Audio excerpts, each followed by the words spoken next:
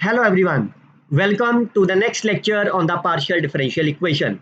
Today I will explain you how you can define the solution of any partial differential equations, what are its various types and how you can briefly define its solutions. Myself Dr. Harish Garg, you can follow and subscribe my YouTube channel where you can find the playlist of the partial differential equations.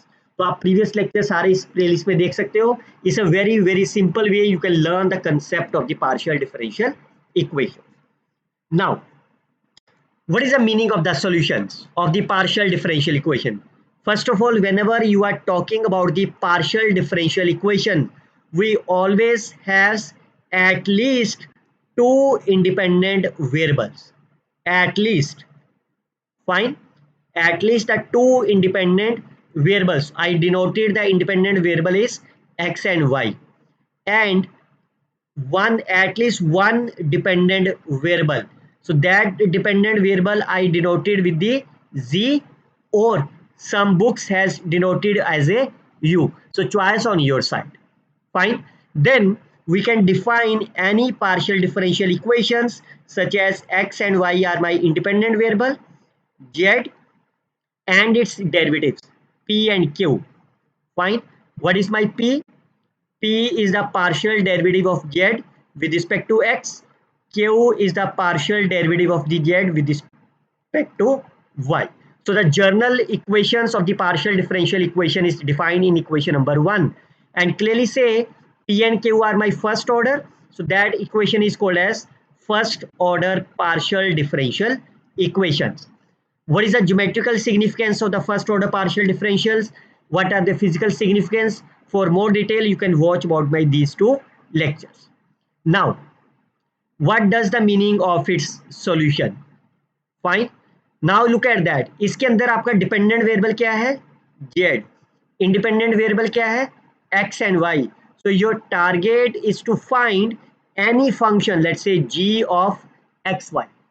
Your target is to find the value of the z in terms of the x and y, and that is called as the solution, provided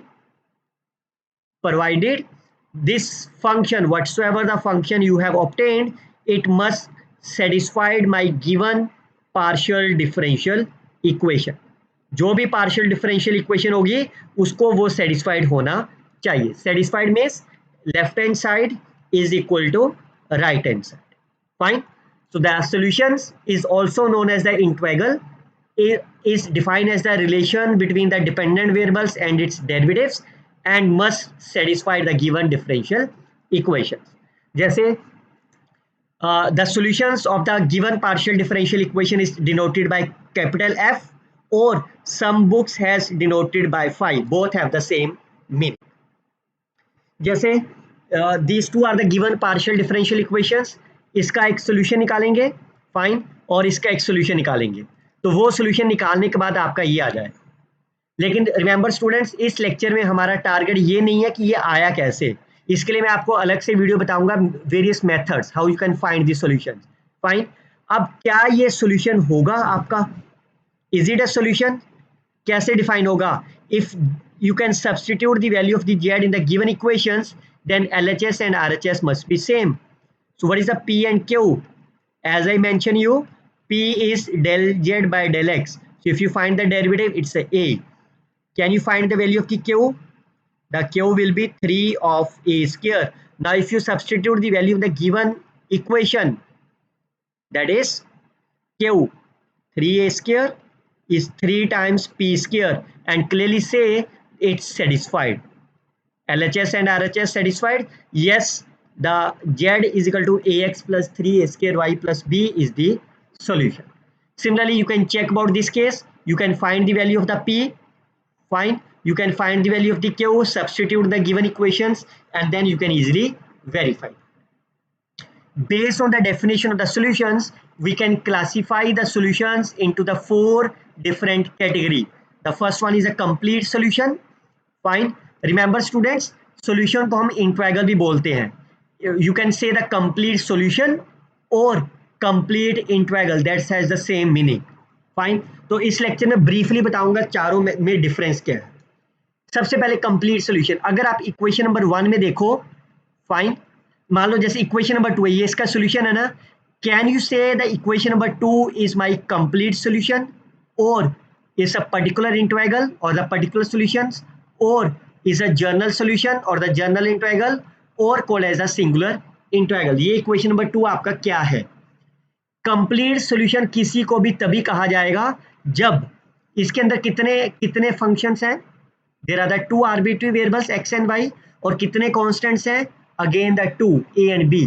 अगर तो ये दोनों quantity same है, if the relation, जो भी इसका solution आएगा, if it contain as many arbitrary constants as of the independent variables, fine, though then you can say the equation is called as complete integral। जैसे for example ये तीनों example है, fine, इसका solution निकालें हम। इसका solution अभी हमने पीछे देखा था, that is my ax plus 3x square y plus b। Similarly for the second example you can find the solution and so on. अब क्या ये कंप्लीट सॉल्यूशन है आपके पास? फाइन, सबसे पहले इस इक्वेशन में देखो आपके इंडिपेंडेंट वेरिएबल्स कितने हैं। Independent variables are 2 x and y, और इस सॉल्यूशन में कांस्टेंट कितने हैं, there are the two constants a and b, so there are the two arbitrary constants and the two independent variable। yes, it is my complete integral। इसके बीच में भी दो independent variable है x and y, because p and q dependent on x and y। तो इसमें कितने arbitrary constants हैं, only one, सिर्फ एक ही आर्बिट्री कांस्टेंट्स है ना, तो ये आपके पास नॉट अ कंप्लीट सॉल्यूशन। ये कंप्लीट सॉल्यूशन नहीं होगा, इनमें से कोई और हो सकता है, फाइन, पर्टिकुलर हो सकता है, जर्नल हो सकता है, सिंगुलर, कुछ भी हो, पर ये कंप्लीट नहीं है। Similarly look for this case, यहाँ पे इंडिपेंडेंट वेरिएबल आपके पास क्या है, x एंड y दो है, और यहाँ पे आर्बिट्री कांस्टेंट्स भी दो ही हैं, तो yes, it is my this is my complete integral. हाँ, अगर यहाँ पे y ओवर b लिखा होता, फाइन, तो दो आर्बिट्री कांस्टेंट होगी ना, then yes, it is a complete integral solution. So it is not complete integral. Is it okay? चलिए look at the particular one. किसी भी सॉल्यूशन को, इक्वेशन नंबर 2 को आप पर्टिकुलर सॉल्यूशन कब कहोगे, if we assign some particular value of the a and b।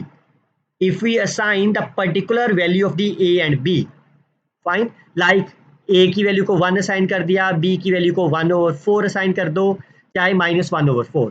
And how you can find, that is based on the initial and the boundary conditions, जो भी आपके पास partial differential equation given होगा। Fine, अभी आपको सिर्फ definition को remember रखना है, जब हम सॉल्यूशंस निकालेंगे in the next forward lecture, तो आपको ये डेफिनेशंस पता होनी चाहिए। Next one is a general integral. Now any solution is said to be the general integral. इसमें कितने आर्बिट्री कांस्टेंट्स हैं, दो कांस्टेंट्स।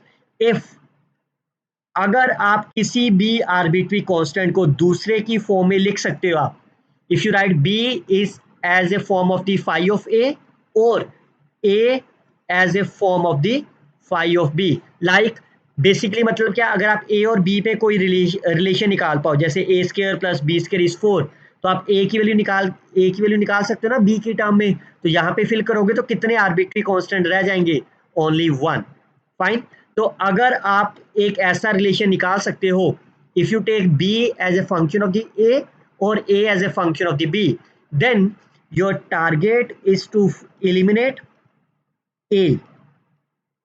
फाइन, तो जब भी आप इस इक्वेशन नंबर 3 में से and partial derivative of the f with respect to a is 0, clear, equation number 3 और इस डेरिवेटिव में से जब आप a को एलिमिनेट करने के बाद जो बचेगा पीछे, that is called as the general integral of the partial differential equation. The envelope of the family of the surface 3, fine, यहाँ पे b की वैल्यू फिल कर दी ना मैंने, phi of a, फाइन, तो इक्वेशन नंबर 3 और इस डेरिवेटिव को सॉल्व करने के बाद जो इक्वेशन बचेगी, that is called as the general integral.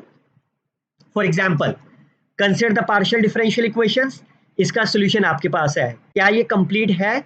बिल्कुल है, क्योंकि यहाँ पे दो आर्बिट्री कांस्टेंट्स हैं। Fine, so I can take b is equal to phi of a।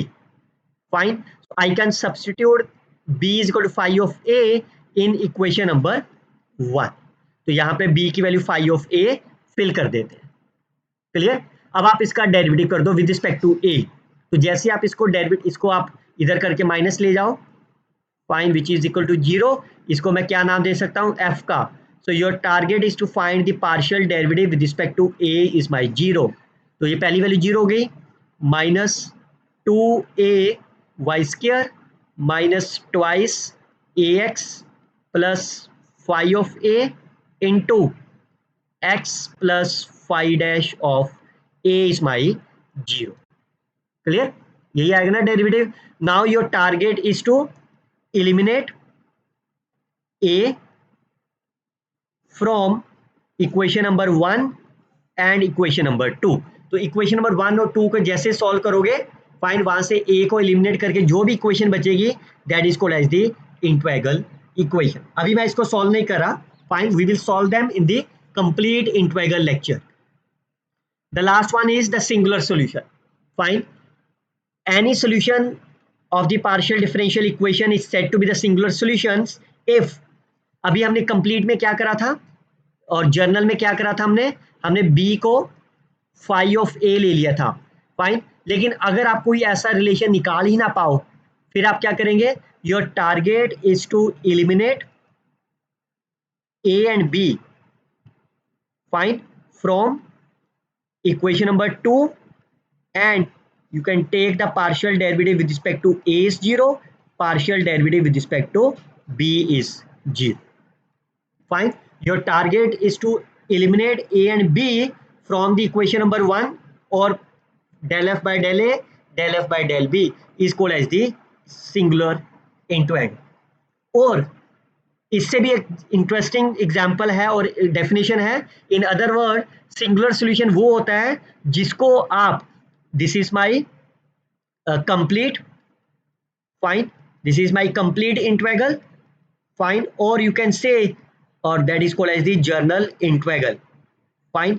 Singular solution ऐसा सॉल्यूशन है जो इक्वेशन को तो सेटिस्फाइड करेगा, but it cannot be obtained from the general integral by assigning any particular value of a and b. For example, जैसे मान लो ये एक आपके पास पार्शियल डिफरेंशियल इक्वेशन है, इसका एक कंप्लीट इंटीग्रल दिया हुआ है, दो आर्बिट्री कांस्टेंट्स हैं, दो इंडिपेंडेंट वेरिएबल है। अगर आप इसको चेक करें, z is equal to x square y is also the solution of the partial differential equation। क्यों है, आप इसका p निकाल लो, del z by del x कितना आएगा, 2xy, what is my q, del z upon del y which is x square। if you substitute p and q in the given differential equations, तो आप देखो कितना आएगा, 2xz minus p की value कितनी है, 2x, अब मैं x से मल्टीप्लाई करता हूँ, 2x square y, 2qxy, so minus q is my x square, so x cube y plus p into q, 2x cube y। so clearly say ये दोनों कैंसिल हो जाएंगे। if you substitute z is my x square y, fine, so sorry it's a cube, fine, p की value है ना 2xy into x square, so that is also satisfied। clear, तो 0 is equal to 0, therefore x z is equal to x square is also the solution। लेकिन ये complete नहीं है। why it is not a complete, क्योंकि इसके बीच में arbitrary constants नहीं है आपके पास।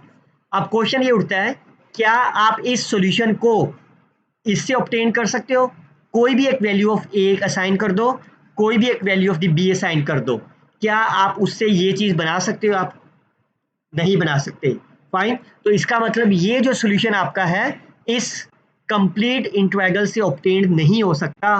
That means that solution is called as the, that is solution is called as the singular solution. तो ऐसा सॉल्यूशन जो आपके कंप्लीट इंटीग्रल से ऑब्टेन्ड नहीं हो सकता by assigning the any value of the A and B. A और B की कांस्टेंट वैल्यू असाइन करनी है, एक्स और वाई की फॉर्म में नहीं असाइन करना, फाइन। तो ऐसे सॉल्यूशन को हम बोलते हैं सिंगुलर सॉल्यूशन, फाइन। अब क्वेश्चन ये उठता है कि ये सॉल्यूशन निकालोगे कैसे सर आप, फाइन। तो उसके लिए we will see the next lecture, what is the formulation of the partial differential equations and how we can find its solution.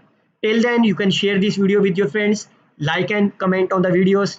Best of luck students, happy learning.